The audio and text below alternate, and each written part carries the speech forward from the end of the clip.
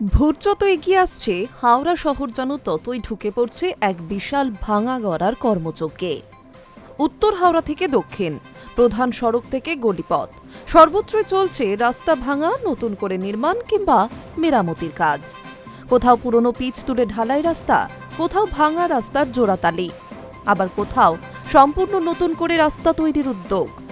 একসঙ্গে একাধিক জায়গায় কাজ শুরু হওয়ায় কার্যত অবরুদ্ধ হয়ে পড়ছে যান চলাচল। ফলে প্রতিদিনই ঘন্টার পর ঘন্টা রাস্তায় আটকে পড়ছেন সাধারণ মানুষ। উত্তর হাওড়ার অন্যতম গুরুত্বপূর্ণ সড়ক বেনারস রোডে পুরনো পিচ তুলে ঢালাইয়ের কাজ চলছে।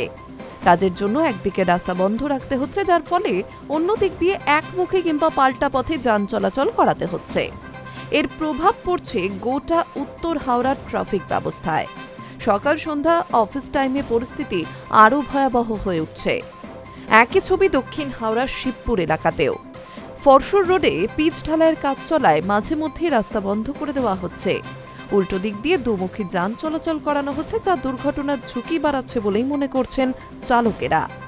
কোনা এক্সপ্রেসওয়ের উপরে এলিভেটেড করিডোর নির্মাণের জন্য বহুদিন ধরেই জাতীয় সড়কের একটি বড় অংশ খুঁড়ে রাখা হয়েছে। দিনের পর দিন কাজ চললেও স্থায়ী সমাধান মিলছে না বলেই অভিযোগ।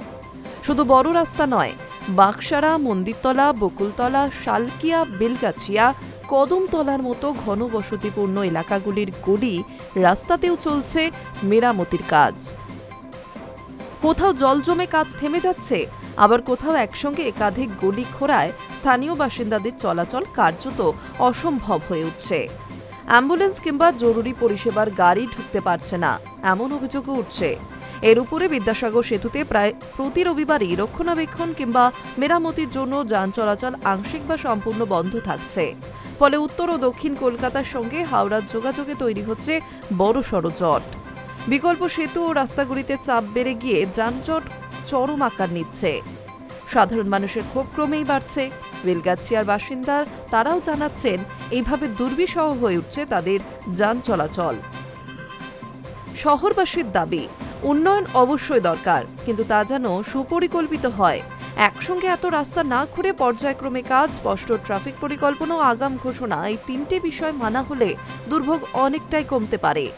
ভোটের আগে উন্নয়নের হাওয়ায় হাওড়া শহর বদলালেও সেই পরিবর্তনের বোঝা যেন অসীম দুর্ভোগে না চাপিয়ে দেওয়া হয়, এই আশাতেই দিন গুনছেন সাধারণ মানুষ। High News network.